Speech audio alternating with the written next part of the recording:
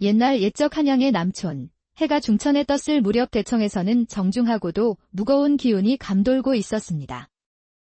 그날 임금께서 과거 시험을 마친 후 선포하시기를 3년 뒤 알성시에서 장원 급제하는 자를 공주의 부마로 삼겠다고 하셨습니다.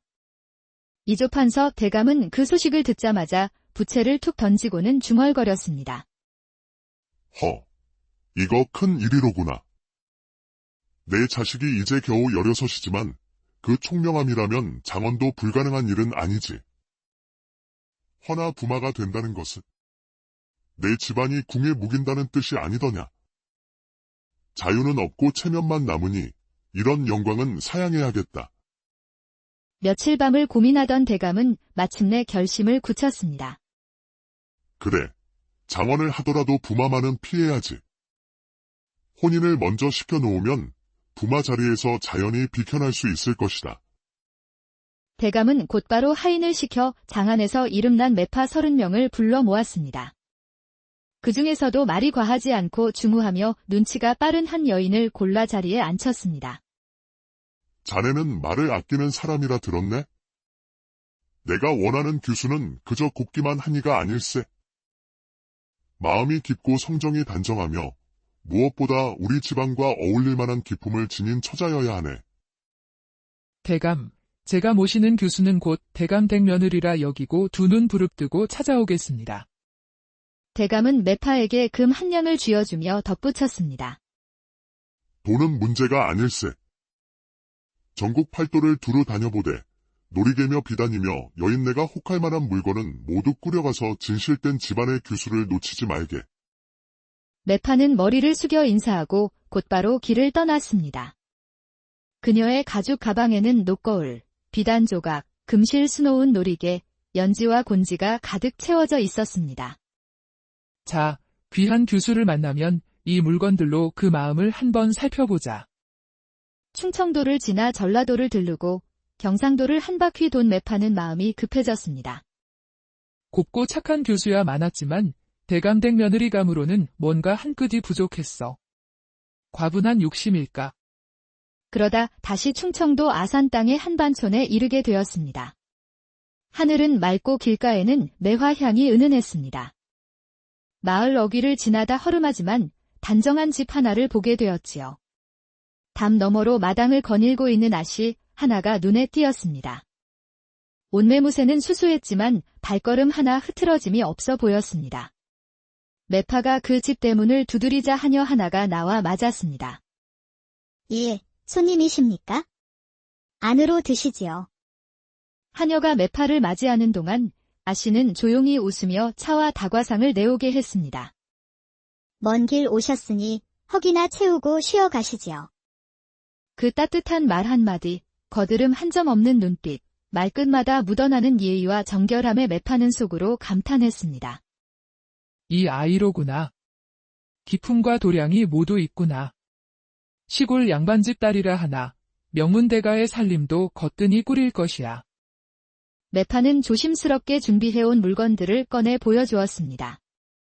수놓은 비단, 연지, 곤지, 놀이개. 하지만 아씨는 그저 고개를 저을 뿐이었습니다. 이 물건들은 제게 과한 것입니다. 화장은 어머니께서 허락하신 것만 쓰고 놀이개 또한 아직 쓸 나이가 아니옵니다. 매파는 그 말에 더더욱 확신이 섰습니다. 이 교수가 바로 대감께서 찾던 인물이라는 것을요. 매파는 그 자리에서 아씨의 이름과 집안을 확인하고 곧바로 한양의 이조판서 댁으로 달려가 보고했습니다. 대감, 충청도 아산에 사는 이진사댁 교수 하나가 있는데 이보다 더한 대필은 없을 것입니다. 단정하되 얌전하고 겸손하되 강단이 있습니다. 이조판서 대감은 그 말을 듣고 곧 혼인을 추진하게 되었습니다. 그렇게 두 집안의 혼담이 오가고 아산의 교수는 이조판서 댁며느리가 되어 첫날 밤을 맞이하게 되었습니다. 그날 밤 잔치의 번잡스러움이 가시고 신방하는 정적에 휩싸였습니다. 신랑은 피곤함에 먼저 잠자리에 들었지요. 새색시는 조용히 앉아 생각에 잠겼습니다.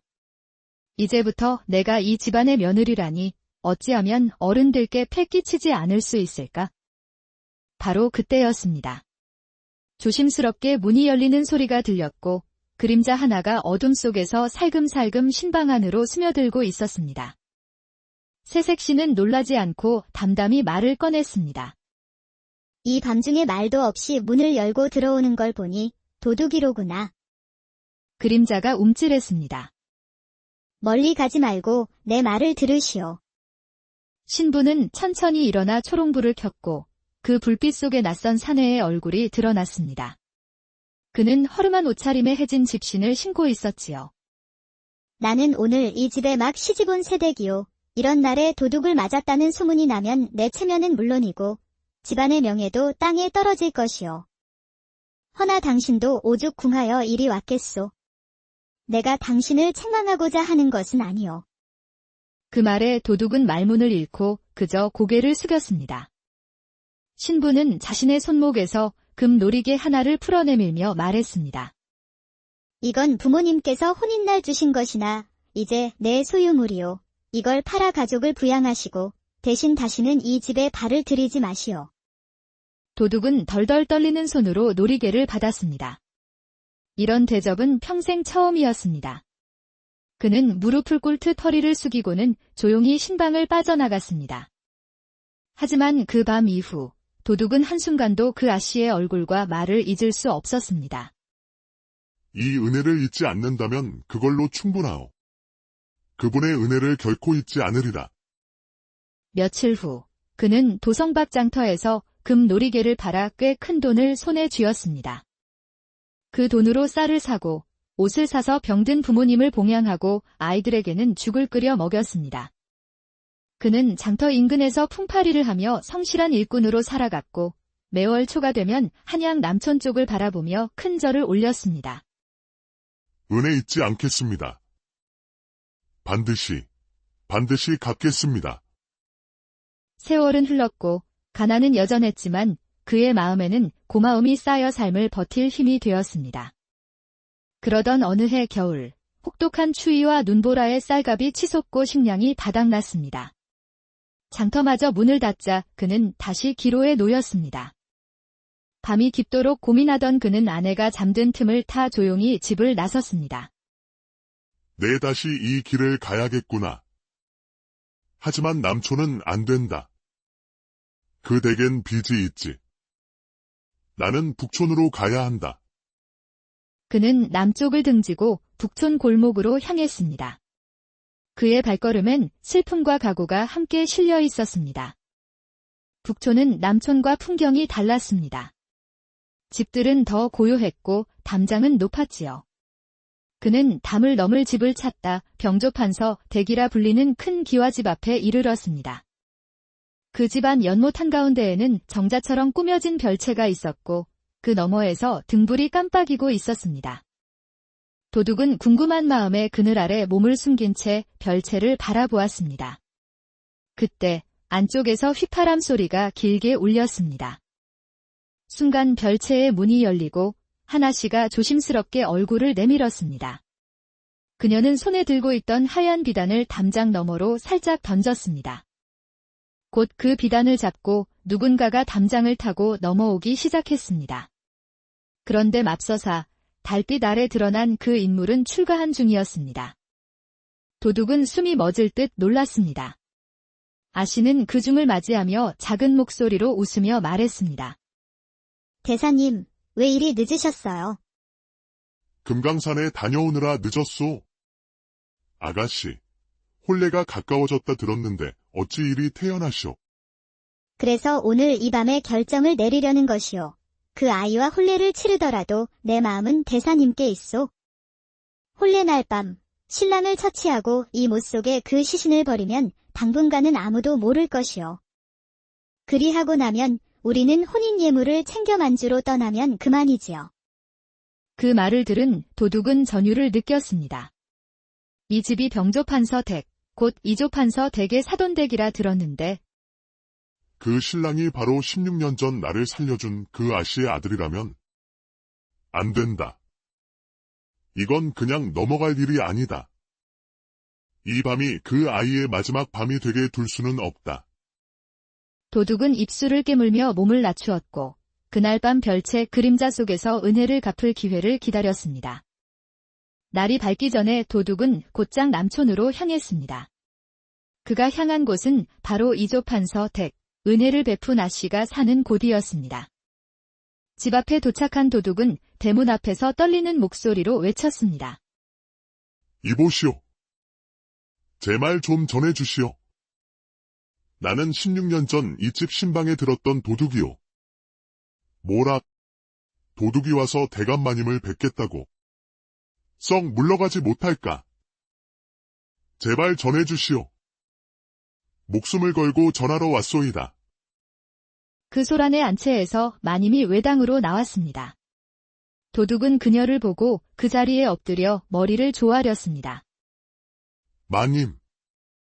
그날 밤의 은혜를 한시도 잊은 적이 없사옵니다. 허나 지금 그 은혜를 갚지 않으면 영영 후회하게 될지도 모릅니다.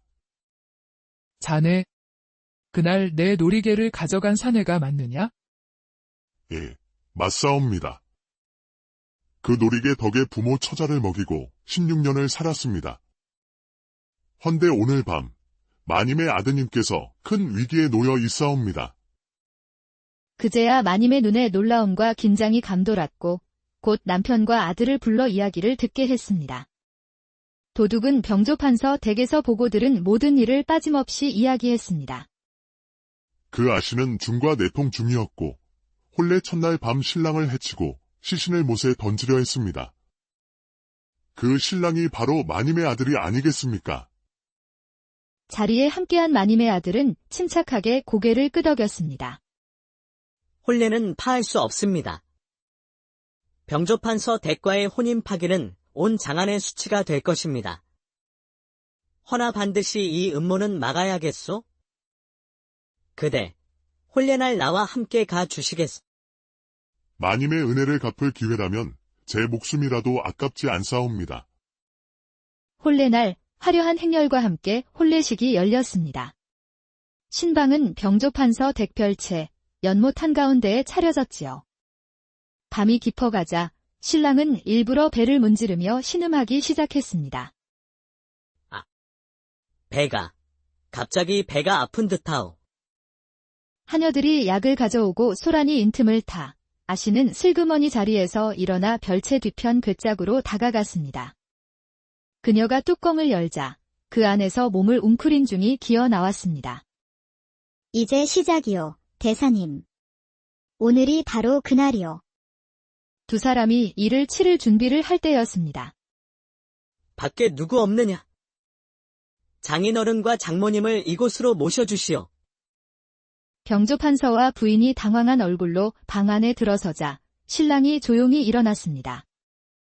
꿈에서 옥황상제께서 말씀하시길 이 신방 근처에 악귀가 숨어 있어 오늘 밤이 아니면 제명을 잃는다고 하셨습니다. 별채 뒤 기짝을 열지 않으면 이 목숨이 위태롭다 하셨사옵니다. 병조판서는 의아한 표정을 지으면서도 장검을 들고 별채 뒤쪽으로 향했습니다. 그렇다면 내 직접 열어보겠다. 그 순간 도둑이 안으로 뛰어들며 큰 소리로 외쳤습니다. 그 괴짝 안에 중이 숨어 있소이다. 그 자가 아씨와 내통하여 신랑을 죽이려 하였소. 괴뚜껑이 열리자 안에서 나온 중은 놀라 비명을 질렀고 병조판서는 분노에 찬 눈으로 그를 향해 장검을 휘둘렀습니다. 내 이놈. 우리 가문을 더럽히려 하다니. 당장 목을 내놓아라. 그때 신랑이 다급히 막아서며 말했습니다. 장인어른, 이 자리에서 살생을 하시면 그 책임은 장인어른께 돌아가옵니다. 조용히 수습하심이 옳습니다. 중은 결박되어 끌려가고 아씨는 입술을 깨물며 고개를 숙였습니다. 그 방 안에는 싸늘한 침묵만이 흘렀습니다. 밤이 깊도록 병조판서 내외는 얼굴이 하얗게 질린 채 말이 없었습니다. 이 일을 어찌 수습해야 할지. 우리 가문이 온 장안의 손가락질을 받게 될 것이야. 자네 집안에도 큰 불명예를 안겼으니. 그때 병조판서가 조용히 입을 열었습니다. 내게 조카딸이 하나 있네. 나이도 같고 성정도 착하지. 그 아이를 단장시켜 드리면 사람들은 신부가 병으로 인해 바뀐 줄로만 알 것이네. 신랑은 침묵하다 고개를 끄덕였고 그렇게 한밤중에 신부가 바뀌는 사태가 벌어졌습니다. 혼례는 무사히 끝났고 외부에는 신부가 병을 얻어 이튿날 정식으로 예식을 치렀다는 말만 전해졌습니다. 두 가문의 체면은 그대로 유지되었지요. 도둑은 모든 것을 지켜본 뒤 조용히 뒷마당으로 빠져나갔습니다. 몇 달 후 이조판서 댁에서는 조용한 자리가 열렸습니다. 도둑이 초대된 그 자리에는 양가 어른들이 모두 모여 그의 공을 치하했습니다.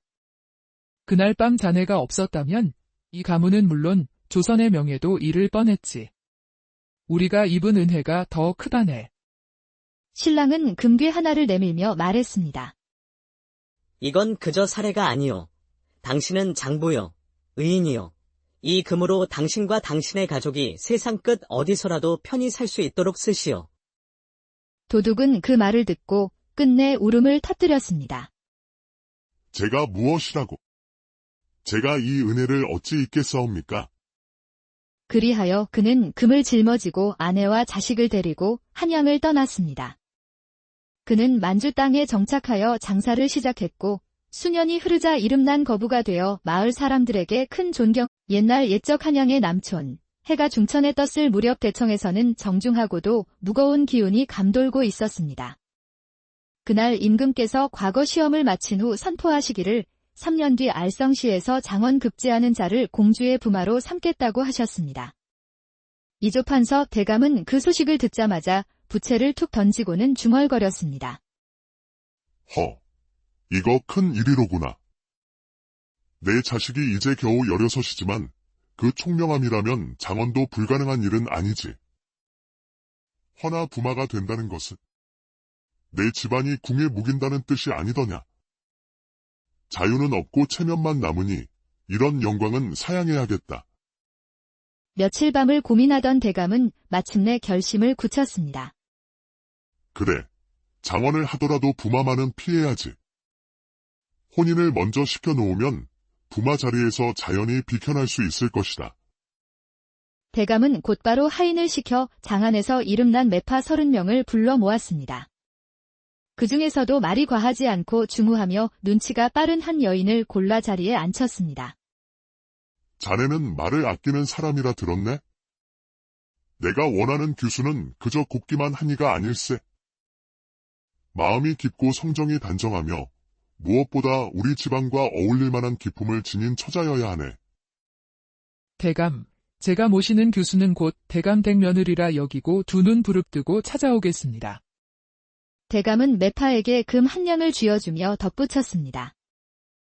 돈은 문제가 아닐세. 전국 팔도를 두루 다녀보되 놀이개며 비단이며 여인네가 혹할 만한 물건은 모두 꾸려가서 진실된 집안의 규수를 놓치지 말게. 매파는 머리를 숙여 인사하고 곧바로 길을 떠났습니다. 그녀의 가죽 가방에는 녹거울, 비단 조각, 금실 수놓은 놀이개, 연지와 곤지가 가득 채워져 있었습니다. 자, 귀한 교수를 만나면 이 물건들로 그 마음을 한번 살펴보자. 충청도를 지나 전라도를 들르고 경상도를 한 바퀴 돈 매파는 마음이 급해졌습니다. 곱고 착한 교수야 많았지만 대감댁 며느리감으로는 뭔가 한 끗이 부족했어. 과분한 욕심일까? 그러다 다시 충청도 아산 땅의 한반촌에 이르게 되었습니다. 하늘은 맑고 길가에는 매화향이 은은했습니다. 마을 어귀를 지나다 허름하지만 단정한 집 하나를 보게 되었지요. 담 너머로 마당을 거닐고 있는 앗이 하나가 눈에 띄었습니다. 옷매무새는 수수했지만 발걸음 하나 흐트러짐이 없어 보였습니다. 매파가 그 집 대문을 두드리자 하녀 하나가 나와 맞았습니다. 예, 손님이십니까? 안으로 드시지요.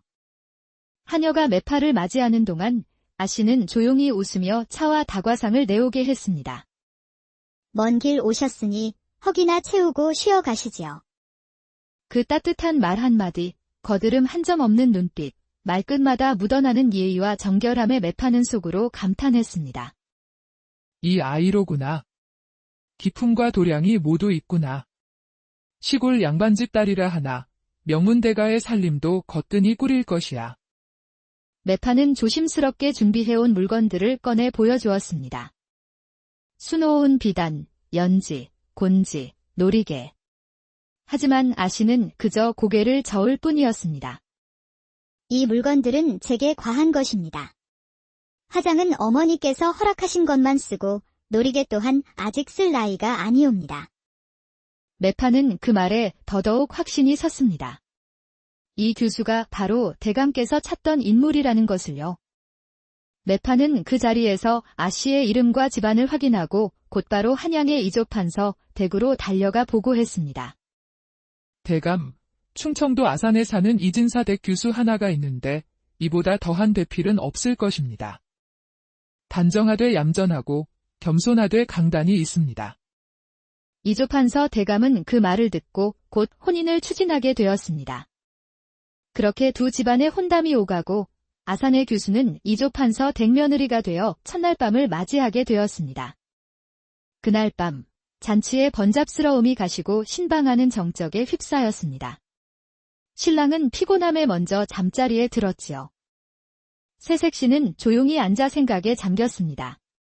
이제부터 내가 이 집안의 며느리라니 어찌하면 어른들께 패 끼치지 않을 수 있을까? 바로 그때였습니다. 조심스럽게 문이 열리는 소리가 들렸고 그림자 하나가 어둠 속에서 살금살금 신방 안으로 스며들고 있었습니다. 새색시는 놀라지 않고 담담히 말을 꺼냈습니다. 이 밤중에 말도 없이 문을 열고 들어오는 걸 보니 도둑이로구나. 그림자가 움찔했습니다. 멀리 가지 말고 내 말을 들으시오. 신부는 천천히 일어나 초롱불을 켰고 그 불빛 속에 낯선 사내의 얼굴이 드러났습니다. 그는 허름한 옷차림에 해진 집신을 신고 있었지요. 나는 오늘 이 집에 막 시집온 새댁이오. 이런 날에 도둑을 맞았다는 소문이 나면 내 체면은 물론이고 집안의 명예도 땅에 떨어질 것이오. 허나 당신도 오죽 궁하여 이리 왔겠소. 내가 당신을 책망하고자 하는 것은 아니오. 그 말에 도둑은 말문을 잃고 그저 고개를 숙였습니다. 신부는 자신의 손목에서 금 놀이개 하나를 풀어내밀며 말했습니다. 이건 부모님께서 혼인날 주신 것이나 이제 내 소유물이오. 이걸 팔아 가족을 부양하시고 대신 다시는 이 집에 발을 들이지 마시오. 도둑은 덜덜 떨리는 손으로 놀이개를 받았습니다. 이런 대접은 평생 처음이었습니다. 그는 무릎을 꿇듯 허리를 숙이고는 조용히 신방을 빠져나갔습니다. 하지만 그 밤 이후 도둑은 한순간도 그 아씨의 얼굴과 말을 잊을 수 없었습니다. 이 은혜를 잊지 않는다면 그걸로 충분하오. 그분의 은혜를 결코 잊지 않으리라. 며칠 후 그는 도성밖 장터에서 금 놀이개를 팔아 꽤 큰 돈을 손에 쥐었습니다. 그 돈으로 쌀을 사고 옷을 사서 병든 부모님을 봉양하고 아이들에게는 죽을 끓여 먹였습니다. 그는 장터 인근에서 풍파리를 하며 성실한 일꾼으로 살아갔고 매월 초가 되면 한양 남촌 쪽을 바라보며 큰 절을 올렸습니다. 은혜 잊지 않겠습니다. 반드시 갚겠습니다. 세월은 흘렀고 가난은 여전했지만 그의 마음에는 고마움이 쌓여 삶을 버틸 힘이 되었습니다. 그러던 어느 해 겨울, 혹독한 추위와 눈보라에 쌀값이 치솟고 식량이 바닥났습니다. 장터마저 문을 닫자 그는 다시 기로에 놓였습니다. 밤이 깊도록 고민하던 그는 아내가 잠든 틈을 타 조용히 집을 나섰습니다. 내 다시 이 길을 가야겠구나. 하지만 남촌은 안 된다. 그 댁엔 빚이 있지. 나는 북촌으로 가야 한다. 그는 남쪽을 등지고 북촌 골목으로 향했습니다. 그의 발걸음엔 슬픔과 각오가 함께 실려 있었습니다. 북촌은 남촌과 풍경이 달랐습니다. 집들은 더 고요했고 담장은 높았지요. 그는 담을 넘을 집을 찾다 병조판서 댁이라 불리는 큰 기와집 앞에 이르렀습니다. 그 집안 연못 한가운데에는 정자처럼 꾸며진 별채가 있었고 그 너머에서 등불이 깜빡이고 있었습니다. 도둑은 궁금한 마음에 그늘 아래 몸을 숨긴 채 별채를 바라보았습니다. 그때 안쪽에서 휘파람 소리가 길게 울렸습니다. 순간 별채의 문이 열리고 하나 씨가 조심스럽게 얼굴을 내밀었습니다. 그녀는 손에 들고 있던 하얀 비단을 담장 너머로 살짝 던졌습니다. 곧 그 비단을 잡고 누군가가 담장을 타고 넘어오기 시작했습니다. 그런데 맙서사 달빛 아래 드러난 그 인물은 출가한 중이었습니다.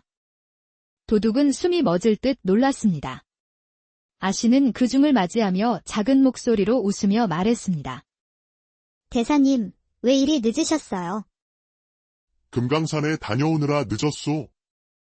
아가씨, 혼례가 가까워졌다 들었는데 어찌 이리 태연하시오. 그래서 오늘 이 밤에 결정을 내리려는 것이오.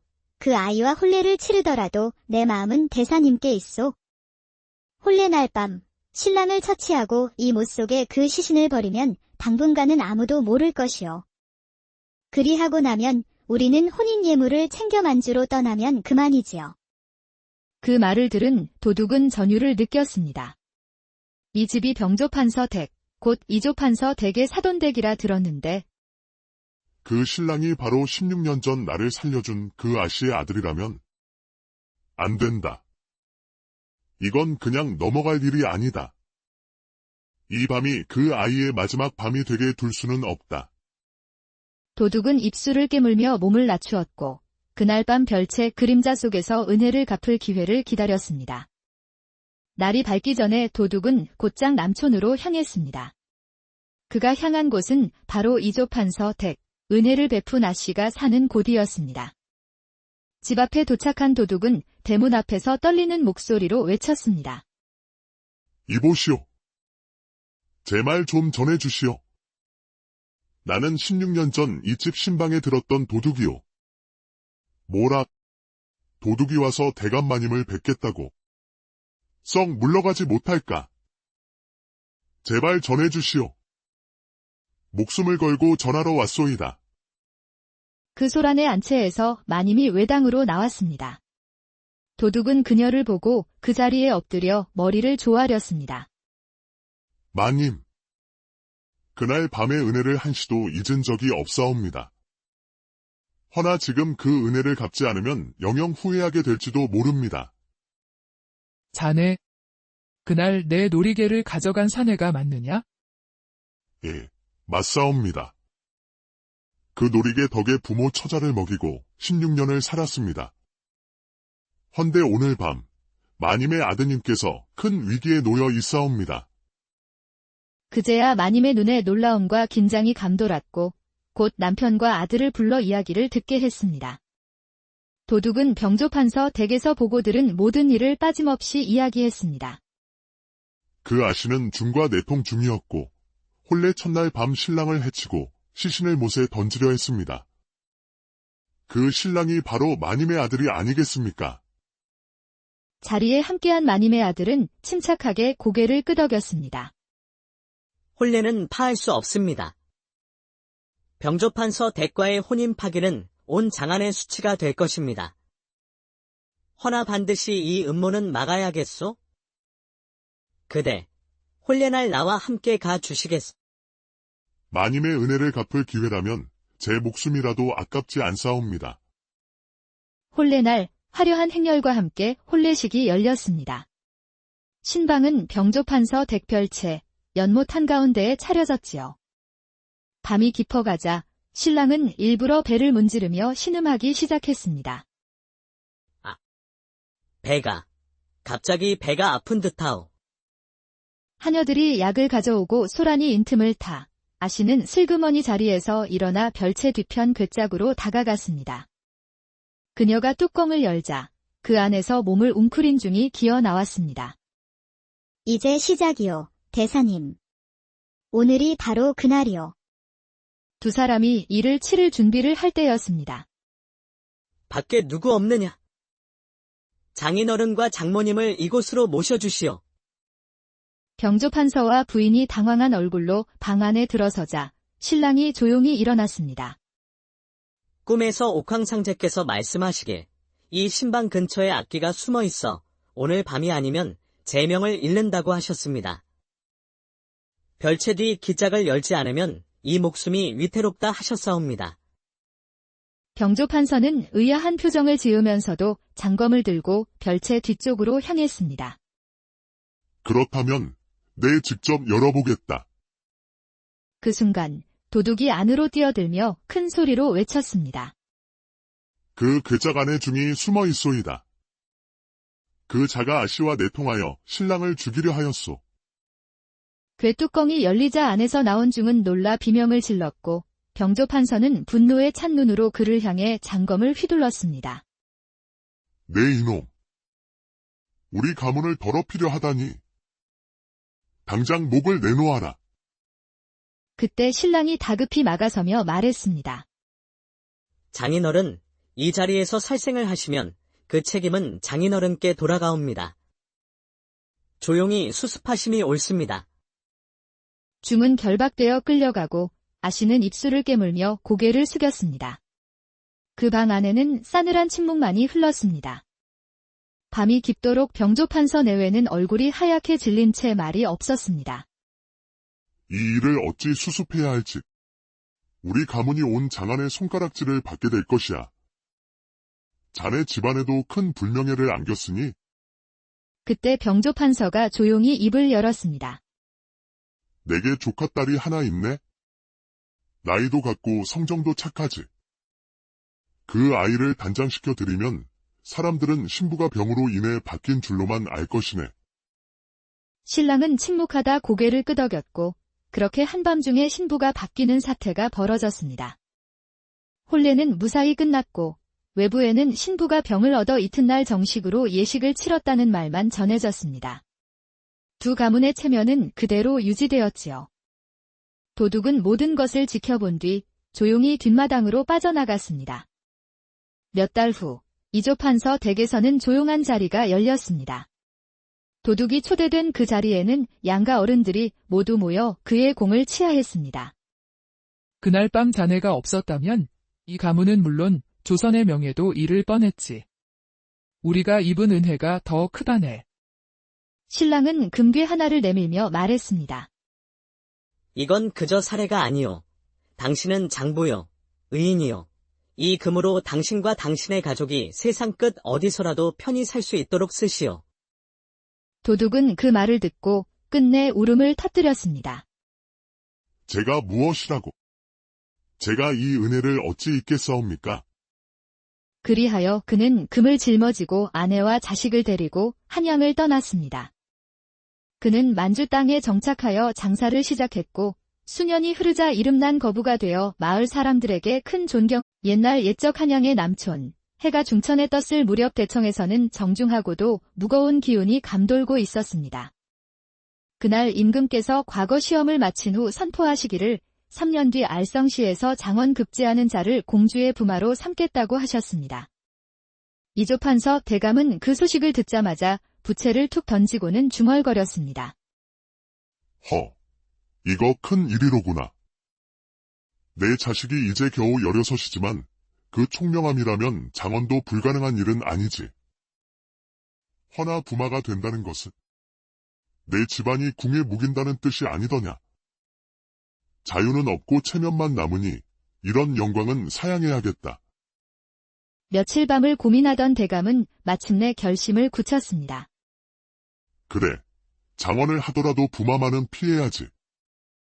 혼인을 먼저 시켜놓으면 부마 자리에서 자연히 비켜날 수 있을 것이다. 대감은 곧바로 하인을 시켜 장안에서 이름난 매파 30명을 불러 모았습니다.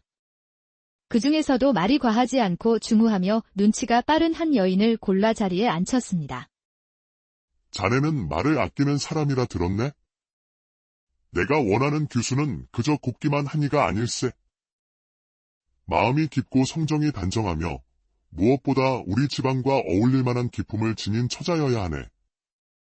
대감, 제가 모시는 교수는 곧 대감댁 며느리라 여기고 두 눈 부릅뜨고 찾아오겠습니다. 대감은 매파에게 금 한 냥을 쥐어주며 덧붙였습니다. 돈은 문제가 아닐세.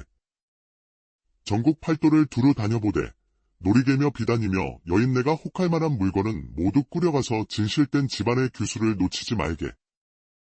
매파는 머리를 숙여 인사하고 곧바로 길을 떠났습니다. 그녀의 가죽 가방에는 녹거울, 비단 조각, 금실 수놓은 놀이개, 연지와 곤지가 가득 채워져 있었습니다. 자, 귀한 교수를 만나면 이 물건들로 그 마음을 한번 살펴보자. 충청도를 지나 전라도를 들르고 경상도를 한 바퀴 돈 매파는 마음이 급해졌습니다. 곱고 착한 교수야 많았지만 대감댁 며느리감으로는 뭔가 한 끗이 부족했어. 과분한 욕심일까? 그러다 다시 충청도 아산 땅의 한반촌에 이르게 되었습니다. 하늘은 맑고 길가에는 매화향이 은은했습니다. 마을 어귀를 지나다 허름하지만 단정한 집 하나를 보게 되었지요. 담 너머로 마당을 거닐고 있는 앗이 하나가 눈에 띄었습니다. 옷매무새는 수수했지만 발걸음 하나 흐트러짐이 없어 보였습니다. 매파가 그 집 대문을 두드리자 하녀 하나가 나와 맞았습니다. 예, 손님이십니까? 안으로 드시지요. 하녀가 매파를 맞이하는 동안 아씨는 조용히 웃으며 차와 다과상을 내오게 했습니다. 먼 길 오셨으니 허기나 채우고 쉬어 가시지요. 그 따뜻한 말 한마디, 거드름 한 점 없는 눈빛, 말끝마다 묻어나는 예의와 정결함에 매파는 속으로 감탄했습니다. 이 아이로구나. 기품과 도량이 모두 있구나. 시골 양반집 딸이라 하나 명문대가의 살림도 거뜬히 꾸릴 것이야. 매파는 조심스럽게 준비해온 물건들을 꺼내 보여주었습니다. 수놓은 비단, 연지, 곤지, 놀이개. 하지만 아씨는 그저 고개를 저을 뿐이었습니다. 이 물건들은 제게 과한 것입니다.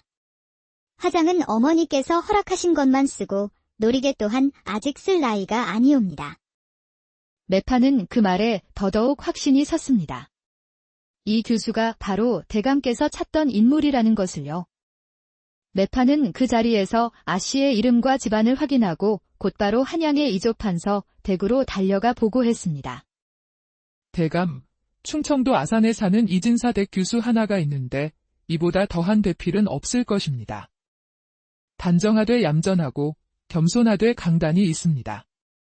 이조판서 대감은 그 말을 듣고 곧 혼인을 추진하게 되었습니다. 그렇게 두 집안의 혼담이 오가고 아산의 교수는 이조판서 댁며느리가 되어 첫날 밤을 맞이하게 되었습니다. 그날 밤 잔치의 번잡스러움이 가시고 신방하는 정적에 휩싸였습니다. 신랑은 피곤함에 먼저 잠자리에 들었지요. 새색시는 조용히 앉아 생각에 잠겼습니다. 이제부터 내가 이 집안의 며느리라니 어찌하면 어른들께 패 끼치지 않을 수 있을까?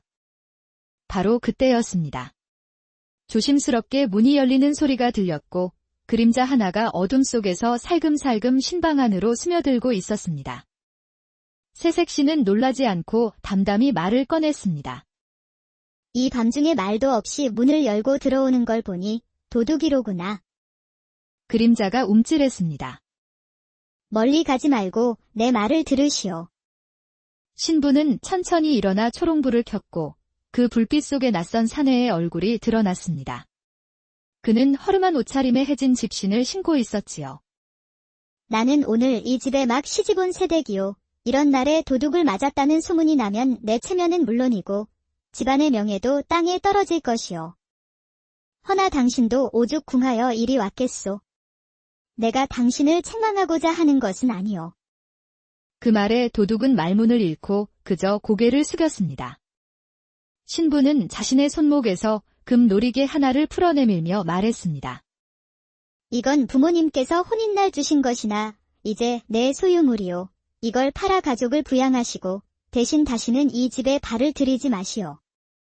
도둑은 덜덜 떨리는 손으로 놀이개를 받았습니다. 이런 대접은 평생 처음이었습니다. 그는 무릎을 꿇듯 허리를 숙이고는 조용히 신방을 빠져나갔습니다. 하지만 그 밤 이후 도둑은 한순간도 그 아씨의 얼굴과 말을 잊을 수 없었습니다. 이 은혜를 잊지 않는다면 그걸로 충분하오. 그분의 은혜를 결코 잊지 않으리라. 며칠 후 그는 도성밖 장터에서 금 놀이개를 팔아 꽤 큰 돈을 손에 쥐었습니다. 그 돈으로 쌀을 사고 옷을 사서 병든 부모님을 봉양하고 아이들에게는 죽을 끓여 먹였습니다. 그는 장터 인근에서 풍파리를 하며 성실한 일꾼으로 살아갔고 매월 초가 되면 한양 남촌 쪽을 바라보며 큰 절을 올렸습니다. 은혜 잊지 않겠습니다. 반드시 갚겠습니다. 세월은 흘렀고 가난은 여전했지만 그의 마음에는 고마움이 쌓여 삶을 버틸 힘이 되었습니다. 그러던 어느 해 겨울, 혹독한 추위와 눈보라에 쌀값이 치솟고 식량이 바닥났습니다. 장터마저 문을 닫자 그는 다시 기로에 놓였습니다. 밤이 깊도록 고민하던 그는 아내가 잠든 틈을 타 조용히 집을 나섰습니다. 내 다시 이 길을 가야겠구나. 하지만 남촌은 안 된다. 그 댁엔 빚이 있지. 나는 북촌으로 가야 한다. 그는 남쪽을 등지고 북촌 골목으로 향했습니다. 그의 발걸음엔 슬픔과 각오가 함께 실려 있었습니다. 북촌은 남촌과 풍경이 달랐습니다. 집들은 더 고요했고 담장은 높았지요. 그는 담을 넘을 집을 찾다 병조판서 댁이라 불리는 큰 기와집 앞에 이르렀습니다. 그 집안 연못 한가운데에는 정자처럼 꾸며진 별채가 있었고 그 너머에서 등불이 깜빡이고 있었습니다. 도둑은 궁금한 마음에 그늘 아래 몸을 숨긴 채 별채를 바라보았습니다. 그때 안쪽에서 휘파람 소리가 길게 울렸습니다. 순간 별채의 문이 열리고 하나씨가 조심스럽게 얼굴을 내밀었습니다. 그녀는 손에 들고 있던 하얀 비단을 담장 너머로 살짝 던졌습니다. 곧 그 비단을 잡고 누군가가 담장을 타고 넘어오기 시작했습니다. 그런데 맙서사 달빛 아래 드러난 그 인물은 출가한 중이었습니다. 도둑은 숨이 멎을 듯 놀랐습니다. 아씨는 그 중을 맞이하며 작은 목소리로 웃으며 말했습니다. 대사님, 왜 이리 늦으셨어요? 금강산에 다녀오느라 늦었소. 아가씨, 혼례가 가까워졌다 들었는데 어찌 이리 태연하시오. 그래서 오늘 이 밤에 결정을 내리려는 것이오. 그 아이와 혼례를 치르더라도 내 마음은 대사님께 있소. 혼례 날 밤, 신랑을 처치하고 이 못 속에 그 시신을 버리면 당분간은 아무도 모를 것이오. 그리하고 나면 우리는 혼인 예물을 챙겨 만주로 떠나면 그만이지요. 그 말을 들은 도둑은 전율을 느꼈습니다. 이 집이 병조판서 댁, 곧 이조판서 댁의 사돈댁이라 들었는데 그 신랑이 바로 16년 전 나를 살려준 그 아씨의 아들이라면 안 된다. 이건 그냥 넘어갈 일이 아니다. 이 밤이 그 아이의 마지막 밤이 되게 둘 수는 없다. 도둑은 입술을 깨물며 몸을 낮추었고 그날 밤 별채 그림자 속에서 은혜를 갚을 기회를 기다렸습니다. 날이 밝기 전에 도둑은 곧장 남촌으로 향했습니다. 그가 향한 곳은 바로 이조판서 댁, 은혜를 베푼 아씨가 사는 곳이었습니다. 집 앞에 도착한 도둑은 대문 앞에서 떨리는 목소리로 외쳤습니다. 이보시오. 제 말 좀 전해주시오. 나는 16년 전 이 집 신방에 들었던 도둑이오. 뭐라? 도둑이 와서 대감마님을 뵙겠다고. 썩 물러가지 못할까? 제발 전해주시오. 목숨을 걸고 전하러 왔소이다. 그 소란의 안채에서 마님이 외당으로 나왔습니다. 도둑은 그녀를 보고 그 자리에 엎드려 머리를 조아렸습니다. 마님, 그날 밤의 은혜를 한시도 잊은 적이 없사옵니다. 허나 지금 그 은혜를 갚지 않으면 영영 후회하게 될지도 모릅니다. 자네, 그날 내 놀이개를 가져간 사내가 맞느냐? 예, 맞사옵니다. 그 놀이개 덕에 부모 처자를 먹이고 16년을 살았습니다. 헌데 오늘 밤 마님의 아드님께서 큰 위기에 놓여 있사옵니다. 그제야 마님의 눈에 놀라움과 긴장이 감돌았고 곧 남편과 아들을 불러 이야기를 듣게 했습니다. 도둑은 병조판서 댁에서 보고 들은 모든 일을 빠짐없이 이야기했습니다. 그 아씨는 중과 내통 중이었고 혼례 첫날 밤 신랑을 해치고 시신을 못에 던지려 했습니다. 그 신랑이 바로 마님의 아들이 아니겠습니까? 자리에 함께한 마님의 아들은 침착하게 고개를 끄덕였습니다. 혼례는 파할 수 없습니다. 병조판서 댁과의 혼인 파기는 온 장안의 수치가 될 것입니다. 허나 반드시 이 음모는 막아야겠소? 그대, 혼례날 나와 함께 가 주시겠소? 마님의 은혜를 갚을 기회라면 제 목숨이라도 아깝지 않사옵니다. 혼례날 화려한 행렬과 함께 혼례식이 열렸습니다. 신방은 병조판서 댁별채 연못 한가운데에 차려졌지요. 밤이 깊어가자 신랑은 일부러 배를 문지르며 신음하기 시작했습니다. 갑자기 배가 아픈 듯하오. 하녀들이 약을 가져오고 소란이 인틈을 타 아씨는 슬그머니 자리에서 일어나 별채 뒤편 괴짝으로 다가갔습니다. 그녀가 뚜껑을 열자 그 안에서 몸을 웅크린 중이 기어 나왔습니다. 이제 시작이요, 대사님. 오늘이 바로 그날이요. 두 사람이 이를 치를 준비를 할 때였습니다. 밖에 누구 없느냐? 장인어른과 장모님을 이곳으로 모셔주시오. 병조판서와 부인이 당황한 얼굴로 방 안에 들어서자 신랑이 조용히 일어났습니다. 꿈에서 옥황상제께서 말씀하시길 이 신방 근처에 악기가 숨어 있어 오늘 밤이 아니면 제명을 잃는다고 하셨습니다. 별채 뒤 기짝을 열지 않으면 이 목숨이 위태롭다 하셨사옵니다. 병조판서는 의아한 표정을 지으면서도 장검을 들고 별채 뒤쪽으로 향했습니다. 그렇다면 내 직접 열어보겠다. 그 순간 도둑이 안으로 뛰어들며 큰 소리로 외쳤습니다. 그 괴짝 안에 중이 숨어 있소이다. 그 자가 아씨와 내통하여 신랑을 죽이려 하였소. 괴뚜껑이 열리자 안에서 나온 중은 놀라 비명을 질렀고 병조판서는 분노에 찬 눈으로 그를 향해 장검을 휘둘렀습니다. 내 이놈. 우리 가문을 더럽히려 하다니. 당장 목을 내놓아라. 그때 신랑이 다급히 막아서며 말했습니다. 장인어른, 이 자리에서 살생을 하시면 그 책임은 장인어른께 돌아가옵니다. 조용히 수습하심이 옳습니다. 중은 결박되어 끌려가고 아씨는 입술을 깨물며 고개를 숙였습니다. 그 방 안에는 싸늘한 침묵만이 흘렀습니다. 밤이 깊도록 병조판서 내외는 얼굴이 하얗게 질린 채 말이 없었습니다. 이 일을 어찌 수습해야 할지. 우리 가문이 온 장안의 손가락질을 받게 될 것이야. 자네 집안에도 큰 불명예를 안겼으니. 그때 병조판서가 조용히 입을 열었습니다.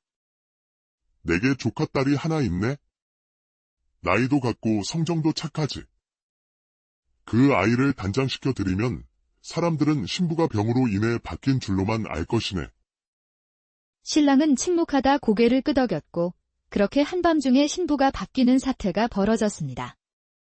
혼례는 무사히 끝났고 외부에는 신부가 병을 얻어 이튿날 정식으로 예식을 치렀다는 말만 전해졌습니다. 두 가문의 체면은 그대로 유지되었지요. 도둑은 모든 것을 지켜본 뒤 조용히 뒷마당으로 빠져나갔습니다. 몇 달 후 이조판서 댁에서는 조용한 자리가 열렸습니다. 도둑이 초대된 그 자리에는 양가 어른들이 모두 모여 그의 공을 치하했습니다. 그날 밤 자네가 없었다면 이 가문은 물론 조선의 명예도 잃을 뻔했지. 우리가 입은 은혜가 더 크다네. 신랑은 금괴 하나를 내밀며 말했습니다. 이건 그저 사례가 아니오. 당신은 장부요, 의인이요. 이 금으로 당신과 당신의 가족이 세상 끝 어디서라도 편히 살 수 있도록 쓰시오. 도둑은 그 말을 듣고 끝내 울음을 터뜨렸습니다. 제가 무엇이라고? 제가 이 은혜를 어찌 잊겠사옵니까? 그리하여 그는 금을 짊어지고 아내와 자식을 데리고 한양을 떠났습니다. 그는 만주 땅에 정착하여 장사를 시작했고 수년이 흐르자 이름난 거부가 되어 마을 사람들에게 큰 존경. 옛날 옛적 한양의 남촌, 해가 중천에 떴을 무렵 대청에서는 정중하고도 무거운 기운이 감돌고 있었습니다. 그날 임금께서 과거 시험을 마친 후 선포하시기를 3년 뒤 알성시에서 장원 급제하는 자를 공주의 부마로 삼겠다고 하셨습니다.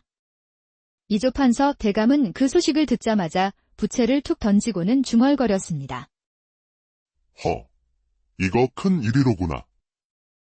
내 자식이 이제 겨우 16이지만 그 총명함이라면 장원도 불가능한 일은 아니지.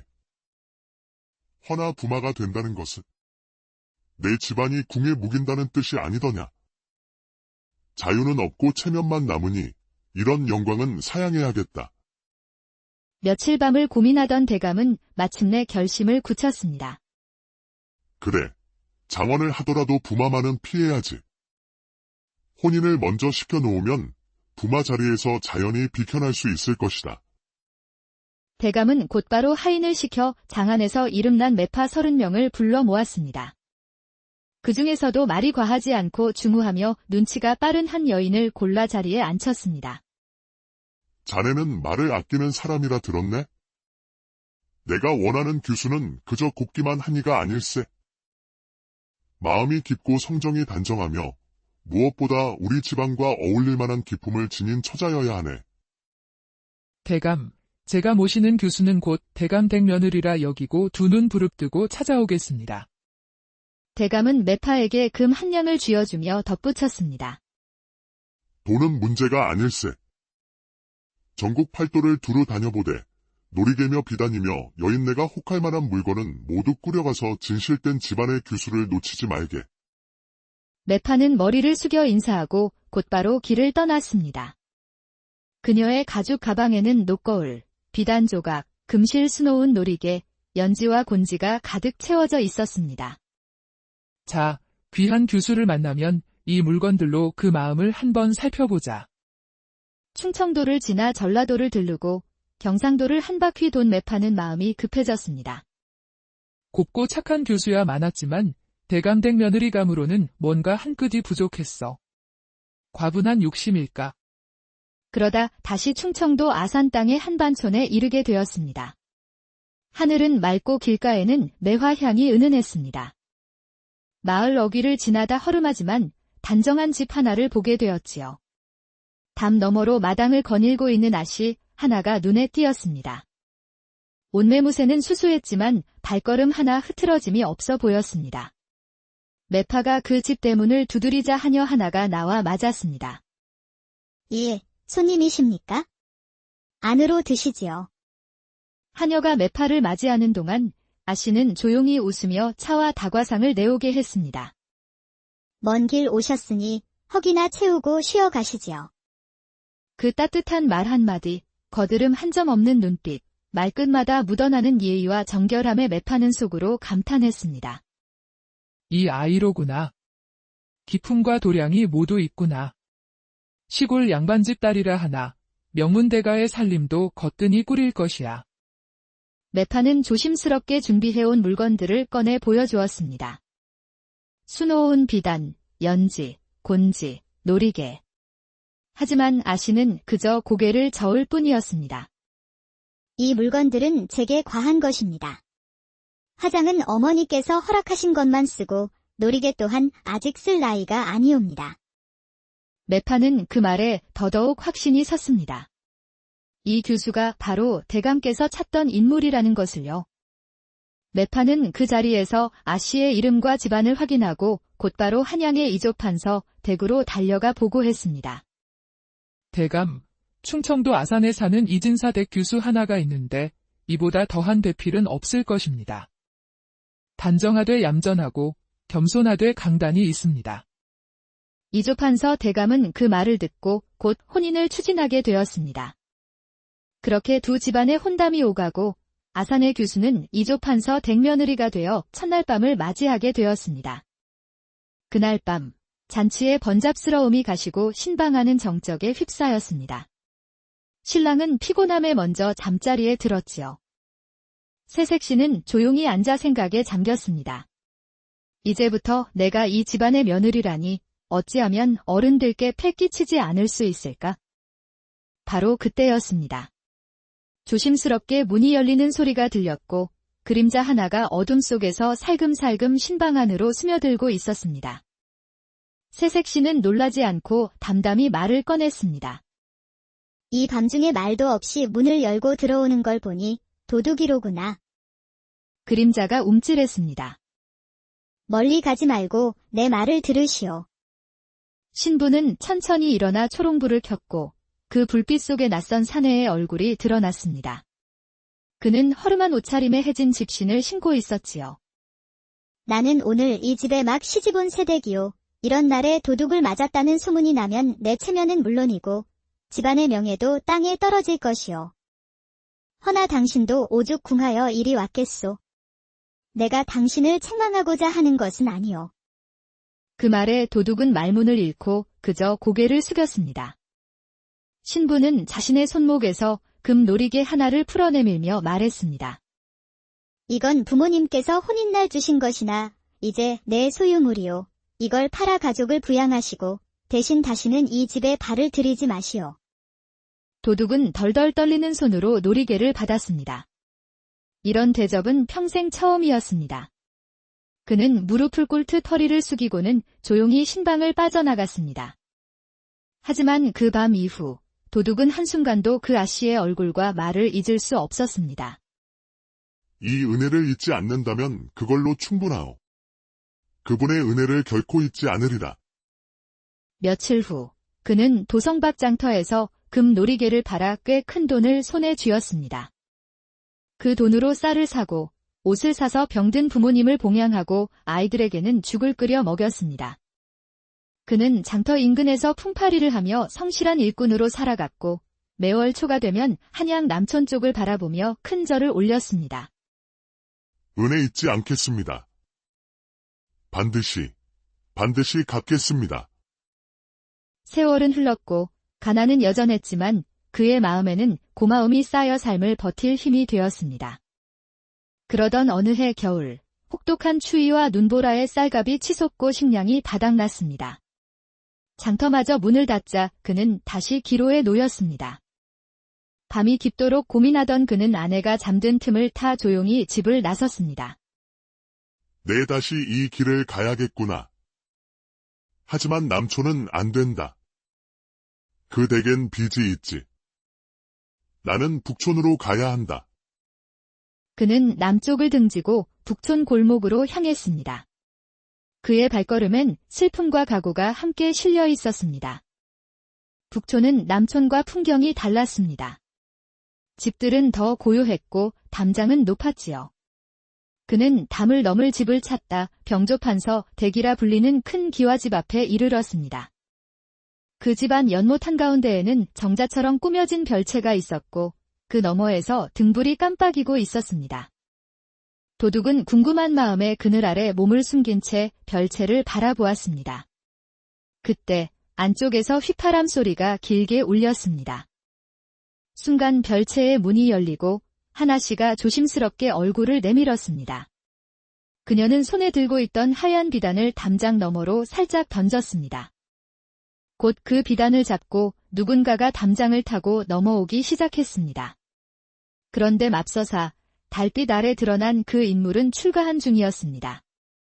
도둑은 숨이 멎을 듯 놀랐습니다. 아씨는 그 중을 맞이하며 작은 목소리로 웃으며 말했습니다. 대사님, 왜 이리 늦으셨어요? 금강산에 다녀오느라 늦었소. 아가씨, 혼례가 가까워졌다 들었는데 어찌 이리 태연하시오. 그래서 오늘 이 밤에 결정을 내리려는 것이요. 그 아이와 혼례를 치르더라도 내 마음은 대사님께 있소. 혼례 날 밤, 신랑을 처치하고 이 못 속에 그 시신을 버리면 당분간은 아무도 모를 것이요. 그리하고 나면 우리는 혼인 예물을 챙겨 만주로 떠나면 그만이지요. 그 말을 들은 도둑은 전율을 느꼈습니다. 이 집이 병조판서 댁, 곧 이조판서 댁의 사돈댁이라 들었는데 그 신랑이 바로 16년 전 나를 살려준 그 아씨의 아들이라면 안 된다. 이건 그냥 넘어갈 일이 아니다. 이 밤이 그 아이의 마지막 밤이 되게 둘 수는 없다. 도둑은 입술을 깨물며 몸을 낮추었고 그날 밤 별채 그림자 속에서 은혜를 갚을 기회를 기다렸습니다. 날이 밝기 전에 도둑은 곧장 남촌으로 향했습니다. 그가 향한 곳은 바로 이조판서 댁, 은혜를 베푼 아씨가 사는 곳이었습니다. 집 앞에 도착한 도둑은 대문 앞에서 떨리는 목소리로 외쳤습니다. 이보시오. 제 말 좀 전해주시오. 나는 16년 전 이 집 신방에 들었던 도둑이요. 뭐라? 도둑이 와서 대감마님을 뵙겠다고. 썩 물러가지 못할까? 제발 전해